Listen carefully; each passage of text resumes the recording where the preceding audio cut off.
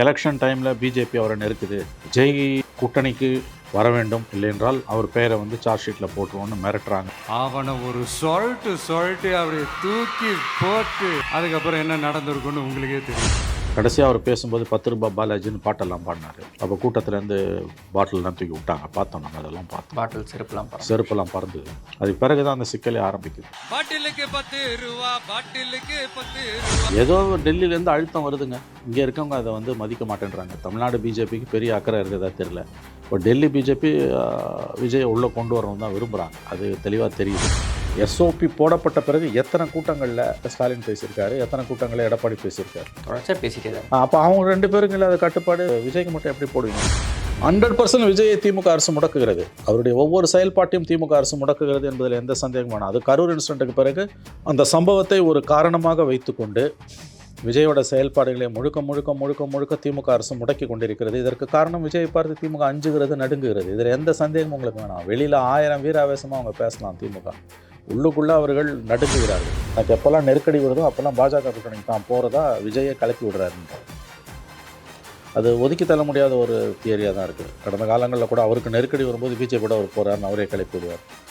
அப்படி கிளப்பி விடுறாருன்னா அரசியல் நல்லா கற்றுட்டார் விஜய்னார். கிட்டத்தட்ட உச்சநீதிமன்றத்தின் மேற்பார்வையில் நடக்கக்கூடிய ஒரு வழக்கில் குற்றம் செய்யாத ஒருவரை குற்றவாளி என்றோ, குற்றம் செய்த ஒருவரை விடுவித்தோ சிபிஐ வழக்கை நடத்தாது என்று நான் நம்புகிறேன். எலெக்ஷனுக்கு முன்னால் திமுகவில் யாரெல்லாம் ஆக்டிவாக இருக்காங்களோ அவங்கள முடக்கணும்னு பிஜேபி நினைக்குது. அதில் எந்த சந்தேகமும் ஒளிமறைவும் இல்லை. உயர்நீதிமன்றத்தின் பல தீர்ப்புகளை இந்த அரசு, திமுக அரசு மதிக்காமல் காற்றில் பறக்க விடுகிறது. தைரியமாக கண்டெம்ப்டை ஃபேஸ் பண்ணுறாங்க. அது KNR விஷயமா இருக்கட்டும், திருப்பரங்குன்றம் இஷ்யூவாக இருக்கட்டும், மேல்பாதியாக இருக்கட்டும், எதை பற்றியும் அவங்களுக்கு கவலையே கிடையாது. நீதிமன்றங்களின் மீது அவர்களுக்கு சிறிதளவும் விசுவாசம் அல்லது நம்பிக்கை அல்லது மதிப்பு என்பது இல்லை. சாதி மாநாட்டில் என்னைக்கு உங்கள் மந்திரி கலந்துக்கிறாரோ அன்னைக்கே சமூக நீதி பேசுவதற்கான தார்மீக தகுதியும் அருகதையும் உங்களுக்கு இல்லை என்று ஆகிவிட்டது. உங்கள் மந்திரிங்க எத்தனை பேர் சாதி மாநாட்டில் பேசுகிறான்? சனாதனத்தை அழிப்பேன்லாம் வீரவசனம் பேசின உதயநிதி ஸ்டாலின் அவர்கள் அந்த சாதி மாநாட்டில் ஒரு குறிப்பிட்ட சாதி தலைவரோட பெயரை 12 முறை உச்சரிக்கிறார் என்றால் என்ன பொருள் அது? ஸ்டாலினுக்கும் எடப்பாடிக்கும் வர கூட்டம் கூட்டி வரப்பட்ட கூட்டம், விஜய்க்கு வர கூட்டம் தன்னெழுச்சியாக வர கூட்டம். இன்றைக்கி தமிழ்நாட்டிலே காசு கொடுக்காம கூட்டம் வருதுன்னா அது விஜய்க்கு மட்டும்தான். அதில் சந்தேகமே வேணும். விஜய் வீட்டு விட்டு வெளியே வா, விஜய் வீட்டு விட்டு வெளியே வா. அநீதி, அராஜகம், தில்லுமுள்ளு இவையெல்லாம் திமுக முதற்றே உள்ள.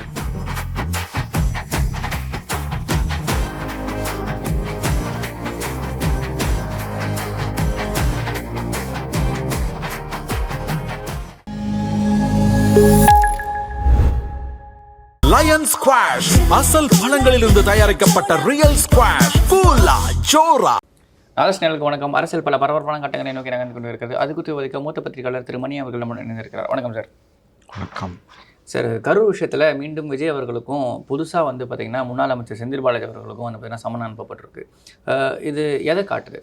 விஜய்க்கான சம்மன் என்பது புதியதில்லை. அது யூஷுவல் ப்ரொசீஜர் தான். ஏன்னா அவருடைய கூட்டம், அவர் தான் அங்கே போனார். அதனால தான் அந்த சம்பவமே நடந்தது. அவர் காரணமாக இல்லையான்னு நமக்கு தெரியாது. அது சிபிஐ சார்ஜ் ஷீட் ஃபைல் பண்ணும்போது தான் நமக்கு தெரியும். ஏற்கனவே 2 முறை அப்பீர் ஆகியிருக்காரு. 3வது முறை அவருக்கு சம்மன் கொடுக்கப்பட்டிருக்கு. எத்தனை முறை வேண்டுமானாலும் விசாரணை அமைப்புகள் அவரை அழைத்து விசாரிக்கலாம். அதனால் விஜய்க்கு சம்மன் அனுப்புனால எந்த ஆச்சரியமுமே கிடையாது. மேபி எலெக்ஷன் டைமில் பிஜேபி அவரை நெருக்குது. நேரம் ஆக்சுவலாக அந்த கேஸில் சார்ஜ் ஷீட் ஃபைல் பண்ணியிருக்கணும். வழக்கம் அது 3 monthஸில் பண்ணுவாங்க. ஃபர்ஸ்ட் வீக்கில் நடக்கும்ன்ற மாதிரி சொல்லி எதிர்பார்த்தாங்க. பட் இன்னும் தள்ளி போகுது. அது கொஞ்சம் முன்ன பின்ன ஆகும். விஜய் கூட்டணிக்கு வர வேண்டும், இல்லை என்றால் அவர் பெயரை வந்து சார்ஜ் ஷீட்டில் போட்டுருவோன்னு மிரட்டுறாங்கன்ற மாதிரி தகவல்கள் வருகின்றன. அது எந்த அளவு உண்மை நமக்கு தெரியாது. ஹேஷ்யங்கள் தான் அவை எல்லாமே.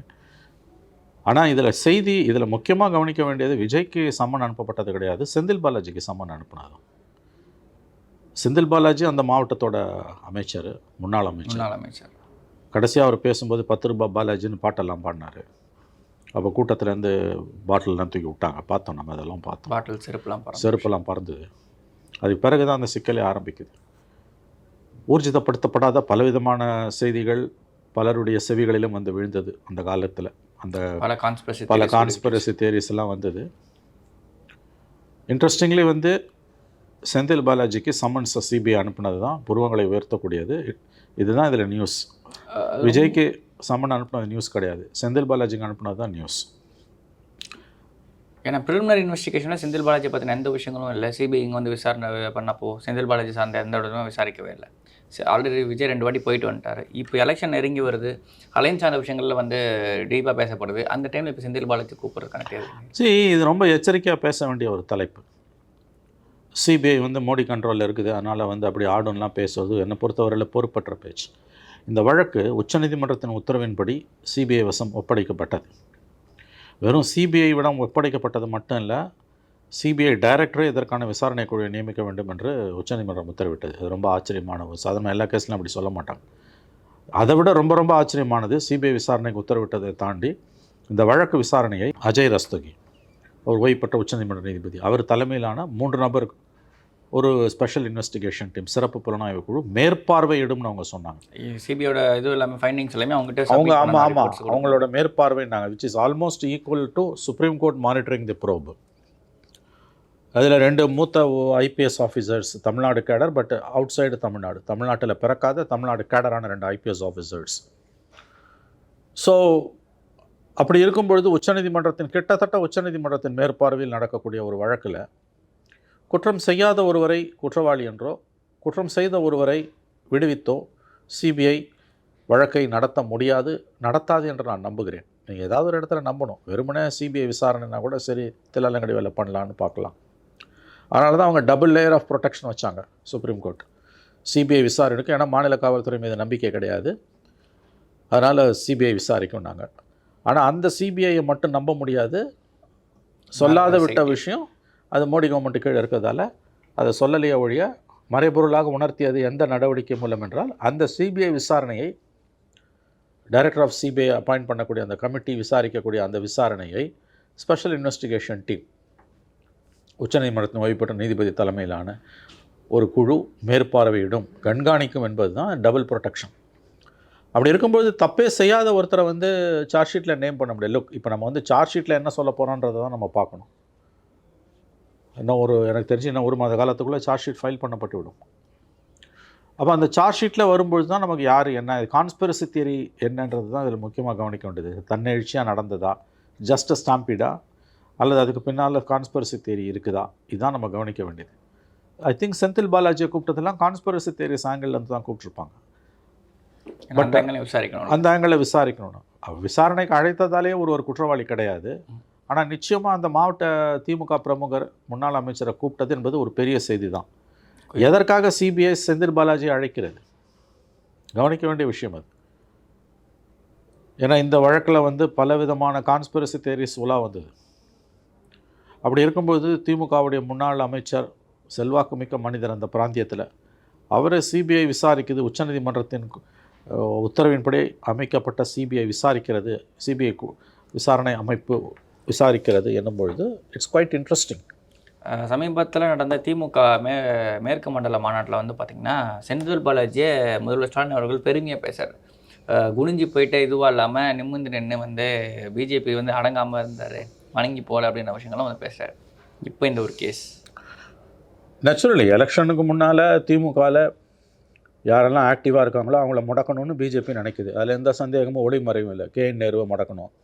அந்த இடி கேஸில் ஜாப் ராக்கெட்டில் 1020 கோடி ஊழல் செய்ததாக குற்றச்சாட்டு நிலவுது. இடியோட அந்த ரிப்போர்ட்டு, டிஜிபிக்கு அனுப்பின ரிப்போர்ட்டு இன்றைக்கி எல்லார் கையிலையும் இருக்குது. தெருவா வச்சுன்னு சுற்றுறானுங்க. எல்லா அப்போசிஷன் லீடர்ஸ் கையிலையும் இருக்குது. ஆன்லைனில் ஃப்ரீலி அவைலபிள். அது உள்ளே பார்த்தீங்கன்னா எக்ஸ்ப்ளோசிவ் மெட்டீரியல்ஸ் இருக்குது. கே.என். நேருவை தான் அது டைரெக்டாக இன்டெக்ட் பண்ணுது. எஃப்ஐஆர் போடுங்கன்னு ஹைகோர்ட்டு சொல்லிச்சு. இன்ன வரைக்கும் டிவிஎஸ்சி போடலை. நீ ஒன்று சுப்ரீம் கோர்ட்டில் போய் ஸ்டே வாங்கியிருக்கணும், இல்லை எஃப்ஐஆர் போடணும். மாறா என்ன சொல்கிறாங்க, நாங்கள் ரெவ்யூ போட போகிறோன்னு காலம் தாழ்த்துறாங்க. மடியில் கணம் இல்லைன்னா வழியில் எதுக்கு உனக்கு பயம்? அதுக்குமே சுப்ரீம் கோர்ட் ஒரு விஷயம் சொல்லியிருக்கு. நேற்று வந்து பார்த்தீங்கன்னா ரிவ்யூ பெட்டிஷன் போடுறேன்னு சொல்லிட்டு ஏன் தள்ளி போடுறீங்க? இப்போ ரிவ்யூ போடுறதா உடனே போட வேண்டியது தானே, கோர்ட்டோட டைம் ஏன் வேஸ்ட் பண்ணுறேன்? இப்போ ஹைகோர்ட்டில் வந்து ரெவ்யூ பெட்டிஷன் எப்போ போடுவோம்? 15 நாள் பொறுத்து. ஏன் நீ அப்பீலுக்கும் போகல, ஆர்டரும் நான் சொன்ன மாதிரி நீ எஃப்ஐஆர் போடலை. நீ எப்போ போடாமல் இருக்கலாம்? சுப்ரீம் கோர்ட்டில் போய் ஸ்டே வாங்கினா தான் நீ போடாமல் இருக்க முடியும். நீ சுப்ரீம் கோர்ட்டுக்கும் போகல, ஆனால் என் ஆர்டரையே நீ மதிக்க மாட்டேன்றன்னு கேட்கும்போது இல்லை நாங்கள் ரெவ்யூ போட போகிறோன்றாங்க. உயர்நீதிமன்றத்தின் பல தீர்ப்புகளை இந்த அரசு, திமுக அரசு மதிக்காமல் காற்றில் பறக்க விடுகிறது. தைரியமாக கண்டெம்ப்டை ஃபேஸ் பண்ணுறாங்க. அது கே.என். நேரு விஷயமா இருக்கட்டும், திருப்பரங்குன்றம் இஷ்யூவாக இருக்கட்டும், மேல்பாதியாக இருக்கட்டும், எதை பற்றியும் அவங்களுக்கு கவலையே கிடையாது. நீதிமன்றங்களின் மீது அவர்களுக்கு சிறிதளவும் ஒரு விதமான ஒரு விசுவாசம் அல்லது நம்பிக்கை அல்லது மதிப்பு என்பது இல்லை என்பதற்கு இவையெல்லாம் வந்து ஒரு சரியான உதாரணங்கள். ஆகவே இந்த விவகாரத்தை பொறுத்த வரைக்கும் இது சிபிஐ விசாரிக்கிற வழக்கு. உச்சநீதிமன்றம் அதை மேற்பார்வையிடு, கிட்டத்தட்ட உச்சநீதிமன்றத்தில் அமைக்கப்பட்ட குழு மேற்பார்வையிடுகிறது. இவ்வளோ நாள் இல்லாமல் எதுக்கு திடீர்னு செந்தில் பாலாஜிக்கு வந்து அக்டோபர்லேயே சிபிஐ விசாரணை தொடங்கிடுச்சு. சரி, ஒரு 10 நாள் அது சூடு பிடிக்குதுன்னா நவம்பர், டிசம்பர், ஜனவரி 3 மாதம் பொறுத்துட்டு 4வது மாதத்தில் இந்த கூப்பிட்றாங்கன்னா எலெக்ஷன்ஸ் தான் காரணம். இது எப்படி ட்விஸ்ட் அண்ட் டர்ன் எடுக்கும் நமக்கு தெரியாது. கூட்டணி சார்ந்த விஷயங்களில் விஜய் வந்து என்டிஏக்குள்ளே கூட்டிட்டு வரணும் அப்படின்னு சொல்லிட்டு ஃபஸ்ட்டு வந்து 2 கட்சிகளும் விருப்பப்பட்டதாக வந்து செய்தி வந்துருச்சு. சமீபத்தில் பவன் கல்யாணம் வச்சுலாம் பேசணும் அப்படின்ற மாதிரி விஷயங்களை கேஎஸ்ஆர் வந்து பேசியிருந்தார், பேட்டியுமே கொடுத்துருந்தார் ஓப்பனாக. அப்படி இருக்கிறப்ப பாஜகவும் இப்போ திடீர்னு பேக் அடிக்குது, ஏடிஎம்கேவும் பேக் அடிக்குது, நாங்கள் அப்படி பேசலை அப்படின்னு சொல்லிட்டு. என்ன காரணம் என்ன? ஏன்னா 3 நாளாக வந்த ரூமரை நேற்று தான் அவங்க மறுத்துருக்காங்க. நேற்று சாயங்காலம் தான் மறுக்கிறாங்க. விஜய் ஊரும் நான் போகல, ஒரு 10 நாள் டைம் வேணும். ஆமாம், விஜய்க்கும் போகல. அவர் வந்து ஏதோ டெல்லியிலேருந்து அழுத்தம் வருதுங்க. இங்கே இருக்கவங்க அதை வந்து மதிக்க மாட்டேன்றாங்க. தமிழ்நாடு பிஜேபிக்கு பெரிய அக்கறை இருக்கிறதா தெரியல. இப்போ டெல்லி பிஜேபி விஜயை உள்ளே கொண்டு வரணும் தான் விரும்புகிறாங்க. அது தெளிவாக தெரியுது. இது கவனிக்க வேண்டிய விஷயம். இன்னொரு தியரி தினமலரில் என்ன எழுதியிருக்கான், அது இன்னும் இன்ட்ரெஸ்டிங்காக இருக்குது. தனக்கு எப்போல்லாம் நெருக்கடி வருதோ அப்போல்லாம் பாஜக கூட்டணிக்கு தான் போகிறதா விஜயை கிளப்பி விடுறாருன்றோம். அது ஒதுக்கி தள்ள முடியாத ஒரு தியரியாக தான் இருக்குது. கடந்த காலங்களில் கூட அவருக்கு நெருக்கடி வரும்போது பிஜேபியோட அவர் போகிறாருன்னு அவரே கிளப்பி விடுவார். அப்படி கிளப்பி விடுறாருன்னா அரசியல் நல்லா கற்றுக்கிட்டார் விஜய்னு அர்த்தம். தில்லாலங்கடி வேலை, ஏமாற்று வேலைகளை நன்கு கற்றுக்கொண்டு விட்டார் என்ற அர்த்தம். ஸோ சிபிஐ விசாரணைக்கு ஒரு 3வது தடவை போகும்போது என்ன நடக்குது, 15 நாள் டைம் கரூர் விஷயத்தில் வந்து பார்த்தீங்கன்னா ஒரு நாள் கழிச்சு எல்லாருமே வந்து பிஜேபி ஆளும் சரி, ஏடிஎம்கேவும் சரி, விஜய்க்கு அவ்வளோ ஃபேவரான விஷயங்கள்லாம் பேசிக்கிட்டு இருந்தாங்க. இப்போ சட்டமன்றத்தில் பேச அளவுக்கான விஷயங்கள்லாம் நடந்துச்சு. இதாங்க இப்போ இன்றைக்கி வந்து நிலமை 15 நாள் டைம் கேட்டிருக்காரு அவர். 15 நாள் டைம் எப்படி கொடுப்பான்னு தெரில. அவன் சார்ஜ் ஷீட் ஃபைல் பண்ணியிருக்கணும் இந்நேரம். சிபிஐ அதுக்கு என்ன ரியாக்ட் பண்ணுதுன்னு பார்க்கணும். விஜயோட அந்த 15 நாள் கோரிக்கைக்கு what is going to be the CBI's reaction நம்ம பார்க்கணும். செந்தில் பாலாஜி கேஸ் தான் வெரி இன்ட்ரெஸ்டிங். 17ஆம் தேதி நான் அப்பியர் ஆவேன்றாரு. கரூரில் அப்பியர் ஆவாரா, டெல்லியில் அப்பியர் ஆவாரா, அது சொல்லலை அவர். whether the summons were issued by the Delhi CBI or Karur CBI. So by the team, this is ஒரே டீம் தான் அது. எங்கே whether the investigations take place at Karur or in Delhiன்றது தெரியல. Okay sir. தாவைக்கு வந்து பார்த்திங்கன்னா March 12ஆம் தேதி ஒரு ப்ரொட்டஸ்ட் ஒன்று அனௌன்ஸ் பண்ணியிருக்காங்க.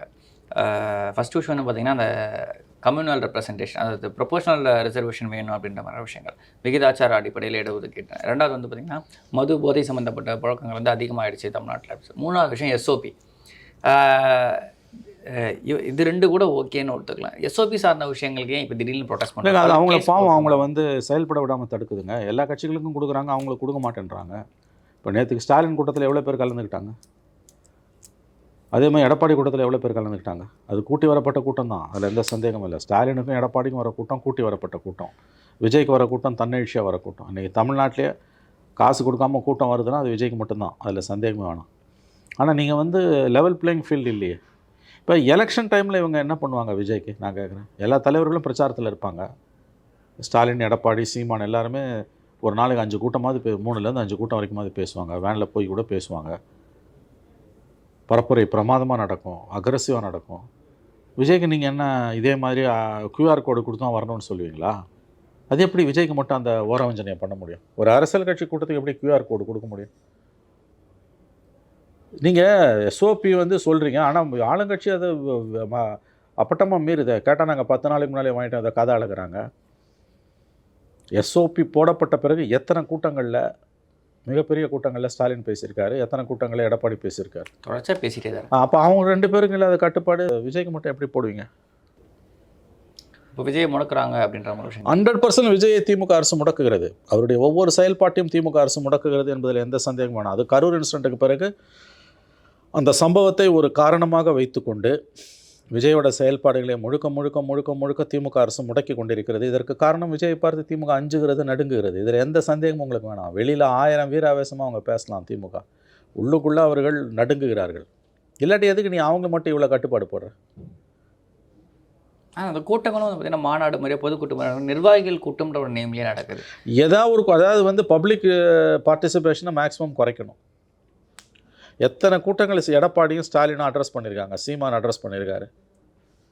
ஏன் விஜய்க்கு மட்டும் இந்த மோடி தட்டுப்பாடு? உட்பட வந்து பிரைம் மினிஸ்டர் உட்பட பிரதமர். திருப்பரங்குன்றம் போன இடங்கள்ல மோடி அவர்களுக்கு இது கிடைக்குது. அப்போ ஏன் இங்கே மட்டும் நீங்கள் அந்த ஓர வச்சுனா?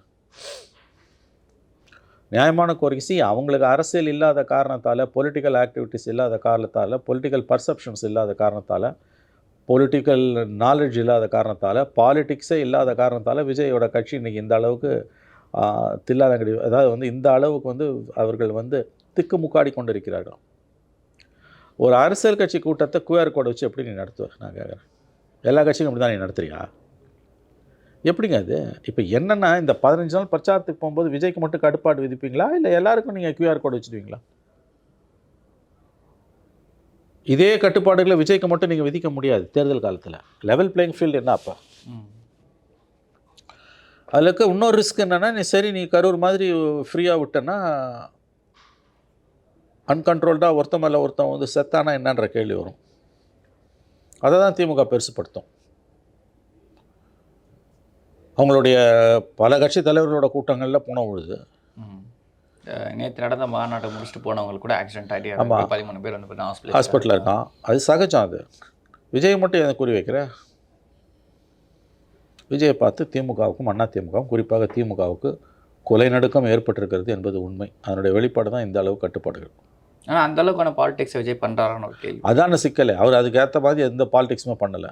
இப்போ சமீபத்தில் அறிவிப்புகள்லாம் வெளியிட்டிருந்தார். அதில் பெரும்பாலும் திமுக அதிமுக சொல்கிற மாதிரி தான் இருக்குது. இவர் புதுசாக எதுவும் ஒரு விஷயங்கள் அவ்வளோதான். பழைய கல்லில் புதிய மந்தைன்னுவாங்க. நியூ ஒயின் இன் ஓல்டு பாட்டில், அவ்வளோதான். இது எந்த விதமான புதுமையான ஒரு மாற்றத்துக்கான அரசியலாகவும் அது இல்லை. இலவசங்களை விமர்சனம் பண்ணி அவங்க கட்சியோட அருண்ராஜ் பேசினார் நவம்பரில். முந்தா நாள் அவரே வந்து அள்ளி விடுறாரு விஜய். எந்தெந்த திட்டங்களுக்கெல்லாம் பேசுகிறாங்கன்னா அந்த திட்டத்தோட அப்டேஷன் வேல்யூஸ் தான். அப்டேஷன் வேல்யூ தான். ப்ளஸ் தான் போதும். 2000 ரூபாய் கொடுத்தா 2500 கொடுப்பேன். அவன் பஸ்ஸில் போகலான்னா நான் எல்லா பஸ்லையும் போகலாம். எல்லா பஸ்லையும் எப்படி விடுவேன் நான் கேட்குறேன். ஸ்டேட் கவர்மெண்ட்டோட எல்லா பஸ்லையும் பெண்களுக்கு ஃப்ரீன்னா இழுத்த மூட வேண்டியது. ஆல்ரெடி திவார் பிச்சை எடுக்கலாம் போக்குவரத்து தொழிலாளி. மாதம் சம்பளம் கொடுக்குறது கையாள வேண்டியது. இப்போ தான் வந்து அவங்களுக்கான ஃபண்ட்ஸை ரிலீஸ் பண்ணுது கவர்மெண்ட் கொஞ்சமாக. எங்கேருந்து நீ வந்து எங்கேருந்து வந்து நீ ஃப்ரீயாக விடுவேன்? அள்ளி விட வேண்டியதான். நீ ஆட்சி வரப்போகிறதுலன்னு தெரியும். இந்த ஏலத்தில் ஏற்றி விட்டு போயிடுவாங்கல்ல, பாண்டிய இது நம்ம வடிவேலு பார்த்திபன் காமெடியில் வரும்ல, அந்த மாதிரி ஏலத்தில் ஏற்றி விட்டு போயிட வேண்டியது. இப்போ கூட்டணி சார்ந்த விஷயங்களை எப்படி தேவைக்க கையாளும்னு இருக்குல்ல. ஏன்னா இது வரைக்கும் யாரும் எந்த பெரிய கட்சியும் கூட்டணியே இல்லைங்க. அப்புறம் தானே அது சார்ந்த விஷயங்கள். உங்கள் கேள்வியே தப்பு. பாஜகவோட கூட்டணி இல்லை, எந்த கட்சியும் இல்லை. கடை விரித்தேன்னு கொள்வார் இல்லை. காங்கிரஸ் கிட்ட பேசினார் இல்லை. குட்டி குட்டி கட்சி கூட, ஒரு லெட்டர் பேடு கட்சி கூட அவர்கிட்ட போக தயாராக இல்லை. எல்லா கட்சியும் திமுக நோக்கி நகர்ந்துருக்காங்க. திமுகவில் ஃபுட்பாலில் தொங்குறாங்க எல்லாரும் இன்றைக்கி. ஒரு சீட்டு கொடுங்க. ஆமாம், நீங்கள் அறிவாலயம் பக்கம் தப்பி தவறி போனீங்கன்னா அவங்களே கப்புன்னு பிடிச்சி உள்ளே போட்டுருவாங்க. விஜய் சொன்னார்ல அந்த மாதிரி, வாங்க கப்புன்னு பிடிச்சி கப்புன்னு பிடிச்சி உள்ளே போட்டுறது. ஸோ அதனால் அவங்களுக்கு வந்து 23 கட்சி திமுக 26 ஆகிடும். கின்னஸ் ரெக்கார்டு படைத்து கொண்டிருக்கிறார் ஸ்டாலின். அதில் வந்து முக்கால்வாசிக்கு பேருக்கு ஓட்டே கிடையாது. இது 2001 ஜாதி கட்சியெல்லாம் கருணாநிதி சேர்த்த கதை. ஜாதி கட்சி, மதவாத கட்சிகள் அப்படி தான் இருக்குது. ஆமாம், இப்போ எஸ்டிபியோட அவங்க சேரும்போது நீங்கள் என்னென்னமோ பேசுனீங்க. நீங்கள் எஸ்டிபி நீங்கள் சேர்த்துக்கிறீங்கல்ல. மதவாத கட்சிகள் மற்றும் சாதிய கட்சிகள் தான் உங்க கூட நிற்குது இன்றைக்கி. ஜாதிய கட்சிகள் பெரும் கொங்கு மண்டலத்தில் இவங்க சேர்த்த கட்சிகள் எல்லாமே ஜாதிய கட்சிகள் தான். இப்போது ஒரு மாநாட்டில் புதிய திராவிட கட்சி, புதிய திராவிட கழகம் மாதிரி ஒரு கட்சியோட இதில் வந்து உதயநிதி அவர்கள் பேசுகிறப்ப ராஜ்கவுண்டர் தெரியும். 15 தடவை இந்த பேரை சொன்னாருங்க. அப்போ நான் வந்து இந்த ஜாதிக்கு சாதகமானவன் உதயநிதி, இந்த நாட்டின் மாநிலத்தின் துணை முதலமைச்சர், வருங்கால முதலமைச்சர் உதயநிதி ஸ்டாலின். அந்த கூட்டம் ரொம்ப ரொம்ப அவலமானது. அவருடைய உரையில் குறைந்தது 12 முறைக்கு மேல், ஓவர் 12 டைம்ஸ் அந்த சாதியின் பெயரை அவர் குறிப்பிடுகிறார். எவ்வளோ தவறான ஒரு அணுகுமுறை. ஒரு துணை முதலமைச்சர் சனாதனத்துக்கு, அதான் நல்ல பாயிண்ட். சனாதனத்தை அழிப்பேன்லாம் வீரவசனம் பேசின உதயநிதி ஸ்டாலின் அவர்கள் அந்த சாதி மாநாட்டில் ஒரு குறிப்பிட்ட சாதி தலைவரோட பெயரை 12 முறை உச்சரிக்கிறார் என்றால் என்ன பொருள் அது இருக்கு? நான் அப்போ அவங்களுக்கு உள்ள சேர்த்துக்கிட்டு ஓட்டு தானுங்க அவங்களுக்கு. அந்த உச்சரித்த நபர் திமுக சின்னத்தில் நிற்க போகிறதா? அவ்வளோதான். அப்போ நீங்கள் சனாதனத்தை பற்றி உங்களுக்கு பேசுவதற்கான உரிமை எங்கிருந்து வருகிறது? மறந்துடாதீங்க ஒரு விஷயத்தை, எல்லா சுயசாதி பெருமையும் தலித்துகளுக்கு எதிரானது. ஆனால் இந்த இடத்துல கண்டிக்க வேண்டிய, மறுப்பு தெரிவிக்க வேண்டிய விசிகா வந்து ரொம்ப சைலண்டாக இருக்குது. விசிகா கம்யூனிஸ்ட் கட்சிகள் ரொம்ப ஆமாங்க, இந்த விஷயத்தில் மட்டும் அமைதியாக இருக்காங்க. கம்யூனிஸ்டுகளும் விசிகாவும் திமுகவுடைய தொங்கு சதைகளாகவே மாறி போனார்கள். திரும்பவும் சொல்கிறாங்க, எல்லா சுயசாதி பெருமையுமே தலித்துகளுக்கு எதிரானது. தொடர்ச்சியாக வன்கொடுமைகள் நடந்துகிட்டே இருக்குது பிசிஆர் சம்மந்தப்பட்ட கேஸ். இப்போ சமீபத்தில் வேலூர் பேரணாம்பட்டில் வந்து பார்த்தீங்கன்னா ஒரு நபர் வந்து அடித்து கொல்லப்படுகிறார். அது என்னன்னு பார்த்தீங்கன்னா பேக்ரவுண்டில் ஒரு பிசிஆர் கேஸ் இருக்குது. இந்த ஒரு நபர் வந்து பார்த்தீங்கன்னா ஜாதி பேர் சொல்லி திட்டுறாரு. அதனால் ஒரு கேஸ் ஃபைல் ஆகுது. அதனால் அந்த தண்டனைக்கு அந்த குற்றவாளி வந்து பார்த்தீங்கன்னா ஜெயிலுக்கு போகிறாரு. ஒரு வருஷம் ஜெயிலேருந்து ஜாமீனில் வெளில வர்றார்.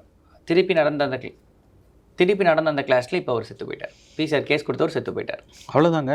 இது புரிஞ்சுக்கலாம் நீங்கள் என்ன மாதிரி போயிட்டுருக்கான்னு. இந்த குறிப்பை கொத்து கொத்தாக கத்தி எடுத்துகிட்டு போய் பட்டா கத்தி எடுத்துகிட்டு போய் தலித் மக்களை வெட்டுறாங்க. இது ஏதோ வந்து ஒரு ஆப்ரேஷனு ஏதோ போதையில் செய்கிறாங்கன்னு நினச்சாங்க. இல்லை, அதுக்குள்ளே வந்து தெளிவாக சாதிய வன்மம் இருக்குது. இந்த சின்னத்துறை கேஸில் சம்மந்தப்பட்ட பசங்க வெளியில் வந்து சின்ன பசங்க அவங்களும் சாதி வெறியோட வாழை சுழற்றுறான்னா எவ்வளோ கொடுமைங்க இது. இதுதான் திராவிட மாடல் ஆட்சியோட சாதனை. அதுக்கடுத்து வடக்காடு சம்பவம். ஆமாம், இன்னும் நிறைய சம்பவம் தொடர்ச்சியாக நடந்துக்கிட்டே தான். ஆமாம், இது திராவிட மாடல் ஆட்சியின் சாதனை. அப்போ உங்களோட சமூக நீதி எங்கே போச்சுன்ற கேள்வி. அது நல்ல கேள்வி.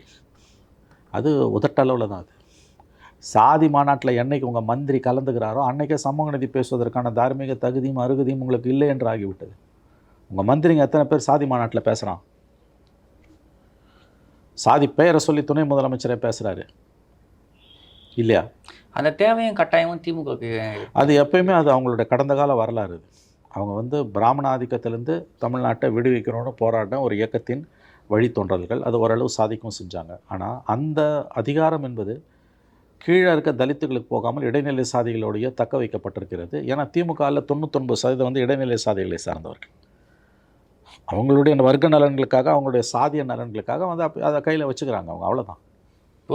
இவ்வளவு சாதி கட்சிகளை இவ்வளவு ஜாதி சங்கங்களை இந்த கூட்டணியில் சேர்க்க வேண்டிய அவசியம் என்ன? அப்பட்டமான சாதி கட்சிகள் இந்த கூட்டணியில் இருக்குது.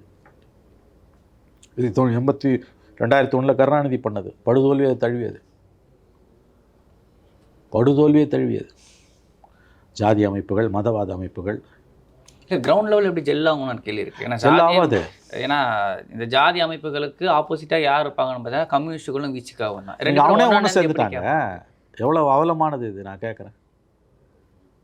விசிகா வந்து ஒரு அருமையான கட்சி தாங்க. மோடிக்கு பலியாகாத ஒரே கட்சி திருமாவும் விசிகாவும் தான், அதில் சந்தேகம் இல்லை. ஆனால் இன்றைக்கி எந்த ஒரு அவலத்தை ஒரு அநீதி அவங்க ஸ்வாலோ பண்ண விழுங்க வேண்டியிருக்குன்னா அப்பட்டமான சாதி கட்சிகளை ஸ்டாலின் கூட்டணிக்குள்ளே கொண்டு வரும்போது திருமாவுக்கு மௌனம் காப்பதை தவிர வேறு வழி இல்லை. அது குறிப்பாக மேற்கு மண்டலத்தில் வந்து நடந்து கொண்டு இருக்கக்கூடிய சம்பவங்கள். இப்போ தென் மாவட்டங்களில் வந்து சாதி வெறி தலைவிரிச்சாடுது. தலித்துகளுக்கு எதிராக கத்தி எடுத்துகிட்டு போய் வெட்டுறான். காவல்துறை அதிகாரிகளை மாற்ற வேண்டும். இது ஒரு விதமான மனநோயின்றார் திருமா. ஆனால் அவரால் வெளியில் வர முடியலையே. கிருஷ்ணசாமி சொல்கிறாரு, குறிப்பிட்ட ஒரு சமூகத்தினர் தான் வந்து பார்த்தீங்கன்னா காவல்துறையில் ஆதிக்கம் செலுத்துகிறாங்க. உண்மைதான். அதனால தான் வந்து பார்த்தீங்கன்னா இந்த ஜாதிய ரீதியான மோதல்களை கட்டுப்படுத்த முடியலங்க அப்படின்ற விஷயங்கள் வந்து. இப்போ நம்ம எவிடன்ஸ் கதிர் மாதிரியான ஆக்டிவிஸ்ட்டை கேட்டிங்கன்னா கதையாக சொல்கிறாங்கல்ல. அந்த ஒரு 5 மாவட்டங்கள் வந்து இன்றைக்கி தலித் ப்ரோன் ஏரியாஸாக இருக்குது. எமர்ஜென்சி டிக்ளேர் பண்ண வேண்டிய இடங்கள்ன்றார் அவர். ஒரு நாளைக்கு ஒரு படுகொலையாவது நடக்குது, ஆணவ படுகொலை. கத்தி எடுத்து ரோட்டில் போய் வெட்டுறான். அது சாதாரண கொலை, ஜாதி கொலை இல்லைன்னு கூடிய வரைக்கும் நடந்த கொலைன்னு சொல்லிட்டு பச்சையாக போய் சொல்லுது காவல்துறை. அப்புறம் அவங்களே ஒரு கட்டத்துக்கு மேலே இல்லை சாதி கொலைன்னு அவங்களே ஒத்துக்கிற லெவலுக்கு வராங்க. இல்லை, அந்த கான்ட்ரடிக்ஷன் தான் புரியல. மது போதையில் நடந்த தகராறுனால கொலை நடக்குதுன்னு சொல்லிட்டு காவல்துறை சொல்லுது. போட்ட கேஸு பிசிஆர் கேஸு. எதுக்குமே பதில் கிடையாதுங்க. ஏங்க ஒரு 8 மாதமாக டிஜிபி இல்லைங்க ஒரு மாநிலத்தில். 8 மாதமாக டிஜிபி இல்லை. ஆகஸ்ட் 31 இவர் சங்கர் ஜிவால் ரிட்டையர் ஆகி போனார். அதில் ஒரு 4 மாதம், இப்போ ஒரு 3 மாதம், 7 மாதமாக டிஜிபி இல்லை. தமிழ்நாடு வரலாறுலேயே கிடையாதுங்க. தமிழ்நாடு வரலாறுலேயே ஃபுல் டைம் டிஜிபி இல்லாமல் 7 மாதம் இருந்ததே கிடையாது. அது காவல்துறை உள்ள தலைமை பொறுப்பில் இருக்கவங்களுக்கு ஏற்படுத்தக்கூடிய பாதிப்பு இருக்குல்ல, அது ரொம்ப மோசமான பாதிப்பு. இவங்களுக்கு பிடிச்ச டிஜிபி லிஸ்ட்டில் வரலன்னு, இவங்களுக்கு பிடிக்காத டிஜிபிங்களை சீனியாரிட்டியில் இருந்தாலும் அவங்க மேலே ஊழல் குற்றச்சாட்டு இருக்குது, அது இருக்குது, இது இருக்குதுன்னு இவங்க வந்து யூபிஎஸ்சிக்கு லெட்டர் எழுதுகிறாங்க. இதில் அந்த குறிப்பிட்ட அதிகாரிகள் மனமுடைந்து போகிறார்கள். அதில் அவங்க என்ன சொல்கிறாங்க தெரியுமா? அதில் ஒருத்தர் சொன்னது நான் கேள்விப்பட்டது, எங்களுக்கு வந்து டிஜிபி ஹெச்ஓபிஎஃப் இல்லாட்டி கூட பரவாயில்ல, ஆனால் நான் இவ்வளோ நாள் 30 வருஷம் மேலே சர்வீஸ் பண்ணியிருக்கேன், எனக்கு அந்த பதவியை கொடுக்காதது காரணம் கரப்ஷன் சார்ஜ்னு சொல்கிறாங்க. ஏன்னா என் மேலே ஒரு சார்ஜ் கூட கிடையாது. இது எவ்வளோ பெரிய அநீதி, எங்களுக்கு இழைக்கப்பட்ட அநீதின்றாங்க. இது எவ்வளோ பெரிய ஒரு டிசாஸ்டர், மொரால் டெஸ்ட்ராயர். யோசிச்சு பாருங்கள். உங்களுக்கு பிடிச்ச அதிகாரி லிஸ்ட்டில் வரலன்ட்டு அதுக்கு சொல்லக்கூடிய காரணம் ஏன் அந்த அதிகாரி அனுப்பலன்னு யூபிஎஸ்சி கேட்கும்போது இல்லை அவர் மேலே கரப்ஷன் சார்ஜ் இருக்குன்றாங்க. ஆக்சுவலாக அவர் மேலே இல்லை.